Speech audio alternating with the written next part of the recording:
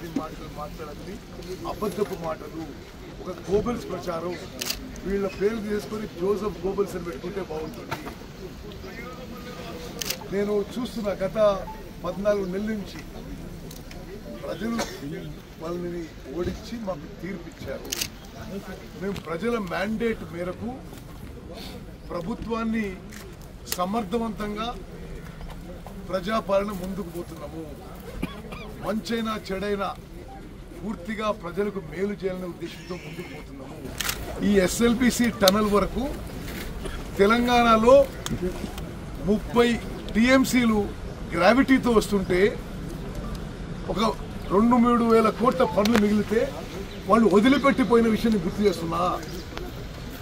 Only 9 kilometres left out of 44 kilometres. వాళ్ళు సమర్థవంతంగా పనిచేసిండి మరి పవర్ సమయానికి సరైన విధంగా ఇస్తే ఈ ప్రాజెక్టు పూర్తయి ఈ రోజు తెలంగాణలో 30 టీఎంసీల నీళ్లు వచ్చి 3-4 లక్షల ఎకరాలకి నీళ్లు బారేవి. అదేవిధంగా 2-3 నెలల్లో ఈ టనల్ వర్క్స్ పునఃప్రారంభించి ఎస్ఎల్బిసి టనల్ వర్క్స్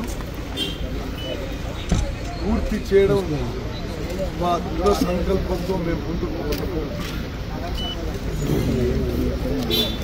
ఈ యొక్క టనల్ యాక్సిడెంట్ కారణం గతంలో 10 ఏళ్ల పాటు టీఆర్ఎస్ ప్రభుత్వం నిర్లక్ష్యము.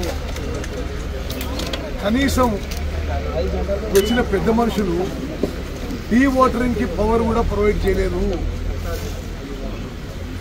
ఇంకోటి ఏదో అనుమతుల గురించి అప్రూవల్ గురించి మాట్లాడతారు.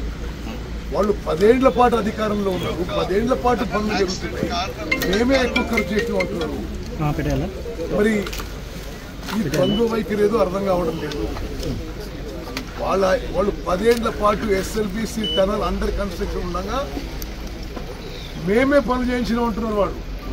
మరి ఈరోజు మళ్ళీ ఏదో అనుమతుల గురించి మాట్లాడతారు.